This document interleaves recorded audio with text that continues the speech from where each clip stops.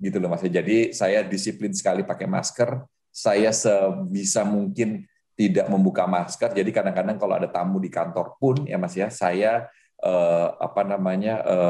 tidak menyiapkan minuman supaya tamu saya itu Ya. tidak membuka maskernya gitu Mas. Pak Dan Lutfi ini minum ya, suplemen nggak Pak? Suplemen saya jamu, jahe merah saya atau apa gitu? saya minum jamu, saya minum Mas, jahe terutama ya Mas Ya, ya, jahe merah Pak temulawak ya. saya minum, jahe merah, temulawak saya minum, terus saya minum vitamin sekitar 9 seharinya Mas. Ya, ya. 9 seharinya. Jadi semua ikhtiar dikerjain semua Mas.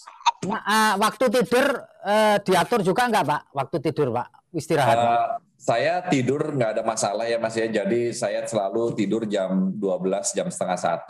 Saya subuh setengah 5 itu biasa ya Mas ya. Jam 5 itu udah bangun. Dan biasanya otak saya berpikir cemerlang ketika pagi-pagi Mas. Jadi kalau pagi-pagi, kalau Mas Ari ini udah sempat kena juga di telepon jam 5 pagi. Selalu itu Mas Febi. Hilang. Halo? Halo Mas Bisa Febi. kedengaran Mas Febi? Ya. Hilang. Ada trouble mungkin Pak Menteri, mohon maaf. Oke, silakan yang lain kalau gitu. Mas Febi kedengaran nggak?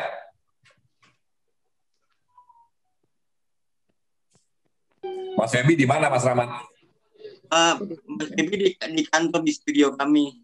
Awalnya memang kita ingin mengundang Pak Menteri ke kantor kami, tapi karena memang kapan-kapan kita akan ini lagi Pak Menteri. Iya. Saya takut sekali Mas Rahmat, saya selalu makanya disiplin banget nih urusan kayak gini-gini. Mau pasti kita ketika udah jalan udah beres ini. Saya sih udah vaksin 2 kali ya. Saya udah vaksin 2 kali. Tapi Mas Rahmat ini semua kena. Ajudan saya 3 kena semua. Supir saya 2 kena semua. Sekretaris saya di kantor kena juga Mas. Jadi saya ini benar-benar dikelilingi sama yang kena. Jadi kadang-kadang saya ini kemarin berapa? 10 hari kita ya. 10 hari nggak kerja di kantor Mas, work from home karena untuk memutuskan ininya ya, memutuskan penularannya di kantor terutama. Iya, memang. Oke, saya persilakan yang lain Mas Rahmat, silakan. Pak Menteri, izin saya bertanya sedikit tentang kondisi perekonomian kita. Tadinya kan pada pemerintahan Pak Jokowi mencanangkan pertumbuhan kita ya rata-rata di atas 5 lah ya, 5,5 gitu ya. Namun apa yang terjadi, kita tahu bahwa akibat situasi ini kan pertumbuhan kita minus dikoreksi menjadi 1,7% yang dikoreksi oleh Ibu Sri Mulyani. Pada bagian lain kita tahu bahwa relasi perdagangan Indonesia dengan luar negeri sangat terkait erat, katakan dengan China. Menurut data perbankan Bank Indonesia yang saya ikuti 3 tahun lalu, ketika pertumbuhan ekonomi China naik 1%, maka kita tumbuh 1/4%. Sebaliknya kalau China turun 1%, maka kita turun 0,25% atau 1/4%. Nah, COVID ini kan yang merambat di 219 negara dan Indonesia sekarang merangsek ke posisi nomor 19 dengan 33 angka kematian dan 1,2 juta terpapar positif. Kita nggak tahu sampai kapan situasi ini. Namun China yang sempat anjlok perekonomiannya pertengahan Desember di Q keempat naik menjadi 6,75% pertumbuhan ekonomi China.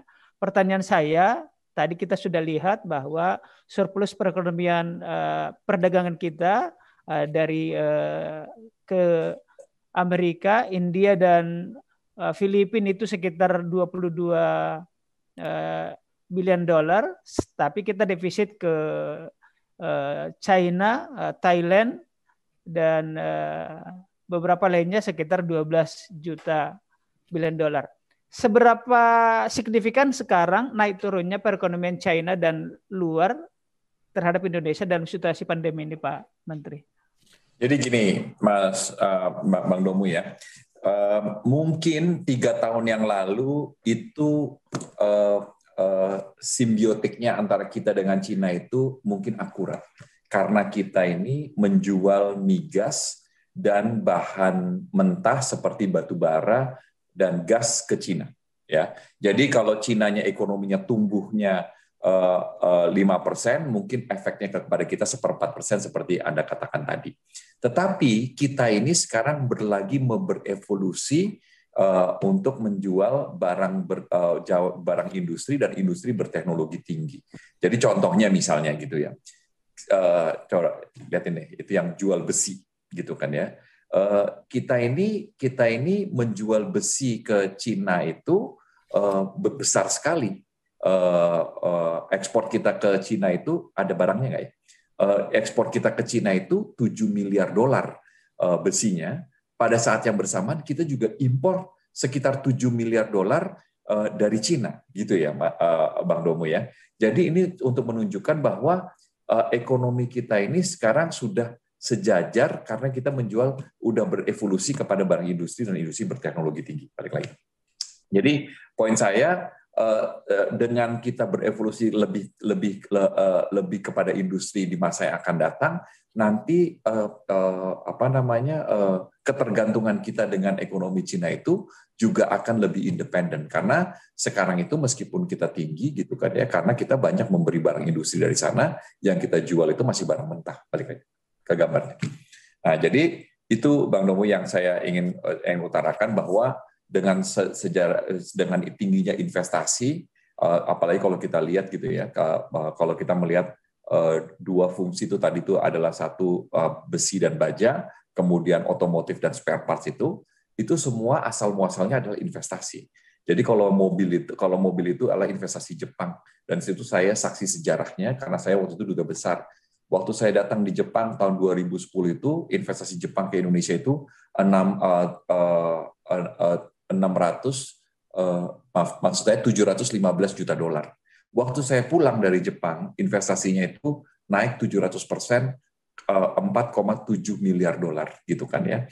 Kenapa? Karena Jepang itu datang berbondong-bondong untuk investasi di mobil. Jadi dalam 3 tahun waktu saya di sana itu, mungkin industri otomotif itu tumbuh dan mendapatkan investasi sekitar 8 miliar dolar.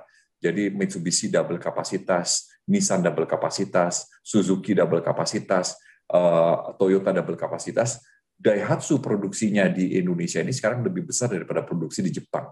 Jadi Bang Domo, ini menyebabkan tiba-tiba tahun 2018 otomotif itu masuk 10 besar ekspor non-migas kita.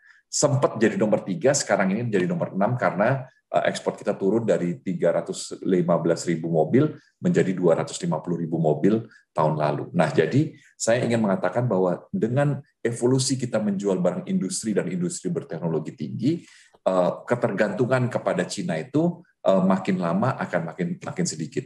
Dan kalau kita lihat Bang Domo, ini masalah investasi yang lebih dari 5 miliar dolar itu sangat matters kepada ekspor non-migas kita. Contohnya itu adalah besi dan besi baja. Jadi kita ini sekarang adalah penghasil stainless steel nomor 2 di dunia. Kenapa? Karena investasi di satu tempat. Anda di mana? Anda di Sulawesi Tenggara nggak? Karena di satu tempat, yaitu dari Morowali.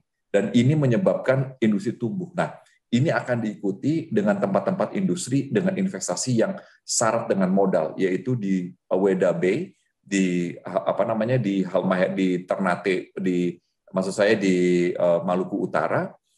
Kita akan mendapatkan investasi besar sekali di Bintan untuk alumina dan aluminium smelter, gitu kan ya. Dan ini ada kira-kira 5 apa 6 pusat-pusat industri investasi lebih dari 5 miliar dolar. Ini menyebabkan nanti Indonesia akan berevolusi menjadi negara penjual barang industri dan industri berteknologi tinggi. Masalahnya akan banyak, Bang Domo. Ini kita nih sekarang udah dikerjain di mana-mana. Di Filipina dikasih anti dumping lah, kasih safeguard lah. Di Vietnam dikerjain juga, gitu kan ya. Di Eropa kita pergi ke mana, ke settlement body, ke lembaga sengketa WTO. Karena kenapa? Sederhana aja. Indonesia barangnya sekarang menjadi sangat kompetitif. Pabriknya baru, jadi ongkosnya murah. Dan dimanapun menjadi ancaman bagi negara-negara lain, karena kita memang menjadi produser yang paling efisien, salah satu yang paling efisien, gitu loh Bang Domo. Jadi don't worry gitu karena kita dalam berevolusi soalnya. Terima kasih sudah nonton. Jangan lupa like, subscribe, dan share ya.